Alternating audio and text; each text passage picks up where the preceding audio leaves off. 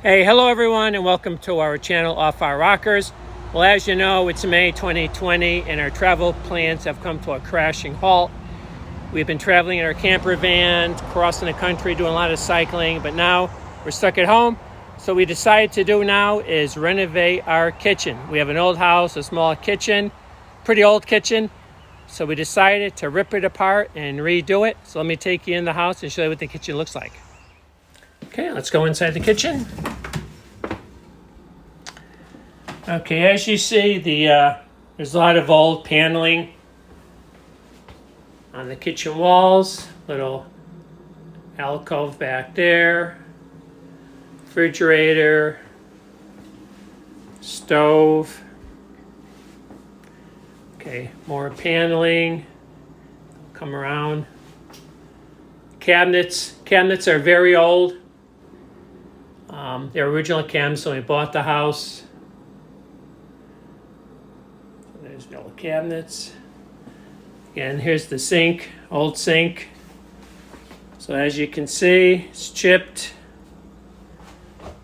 Starting to get a little rust in the back here. So this is what we're going to rip apart and redo.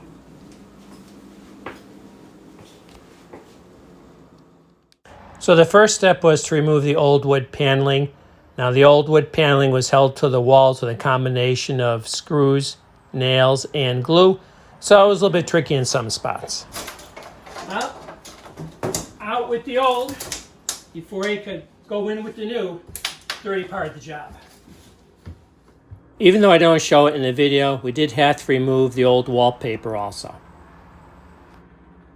Well, as you can see, I removed all the wood paneling. The next step now will be to go in and remove all the wallboard. So this here is the wallboard. It's kind of like a pressed paper cellulose material. This is original to the house, probably goes back like to the 1930s. So we'll be taking that down.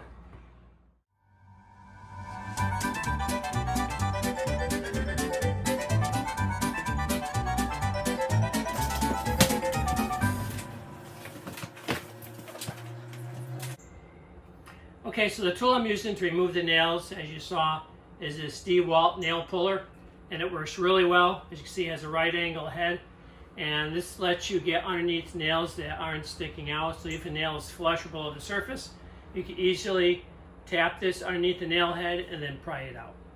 Okay.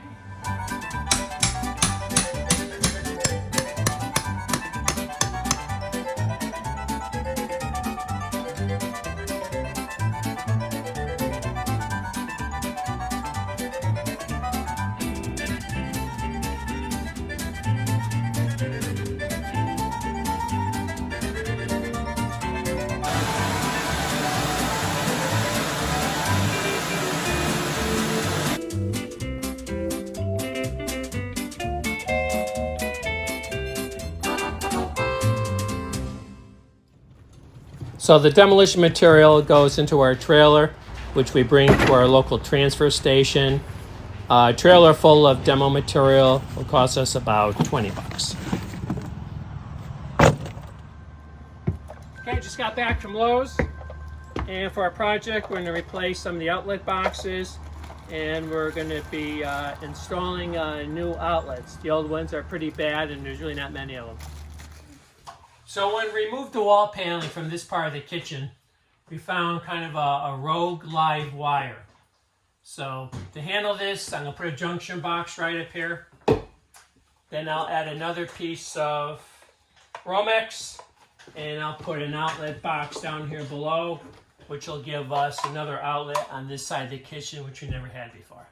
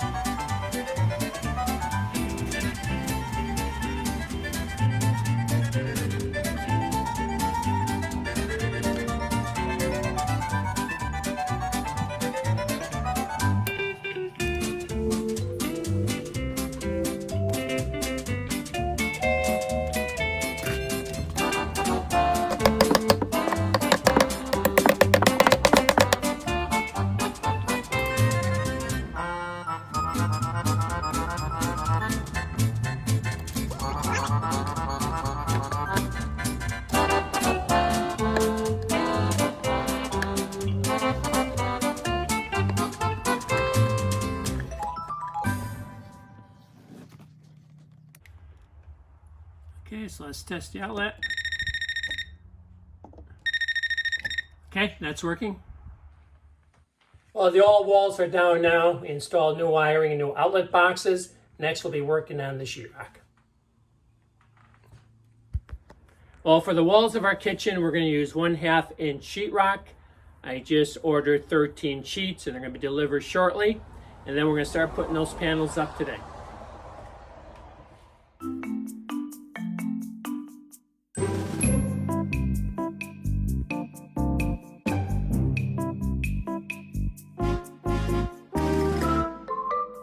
Two folding tables side by side make a great work surface for laying out the sheetrock for measuring and cutting.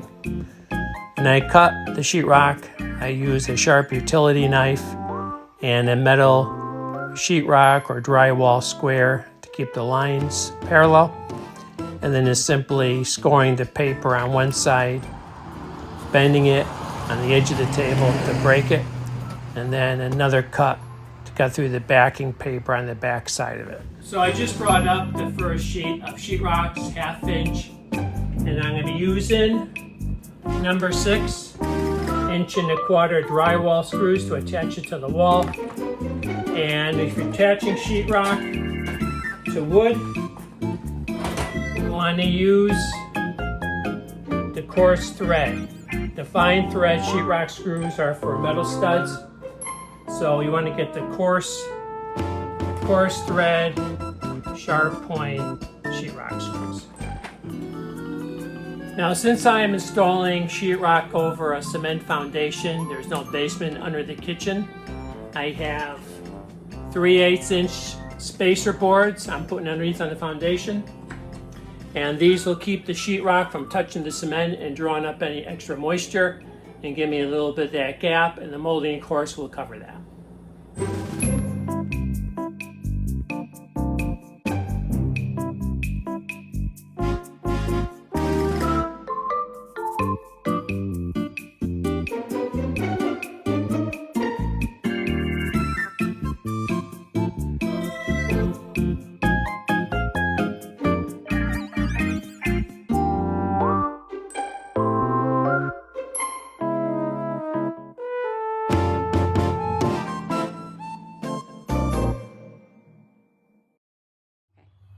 Well, we had to stop our sheetrocking for a second because we're going to need power on this wall, because we're going to have cabinets and counters, or we're going to want under the cabinet lighting. So I'm going to run a wire up from the basement, from our circuits. I'll drill a hole through this wall and run that wire to the back wall.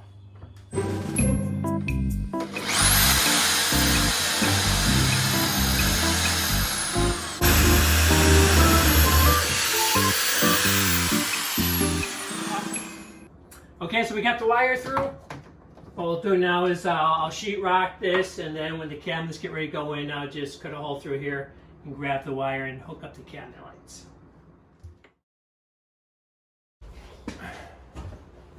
Okay, this last piece of sheetrock for this wall.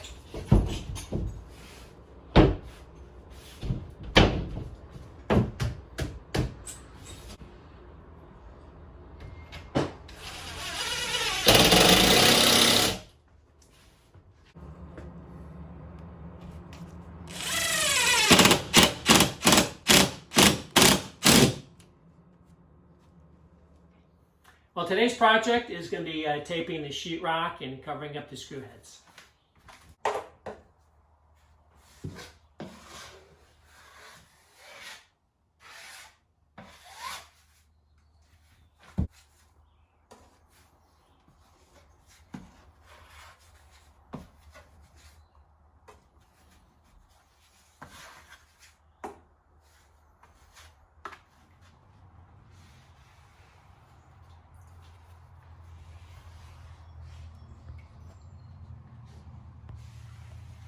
By wetting the paper tape, we get better results. Okay.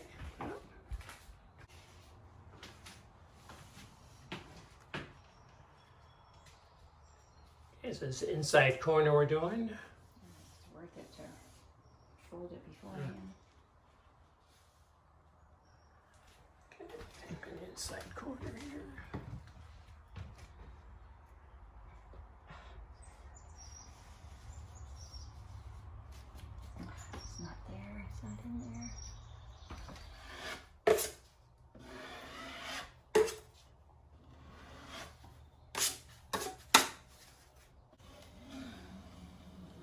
Okay, we finished the first coat and let this dry. Then we'll come back for the second coat, probably do a little bit of sanding because as you can see, we're not professionals at this. And stick with us because we're going to be going through this whole kitchen, complete renovation in this old kitchen. See you later.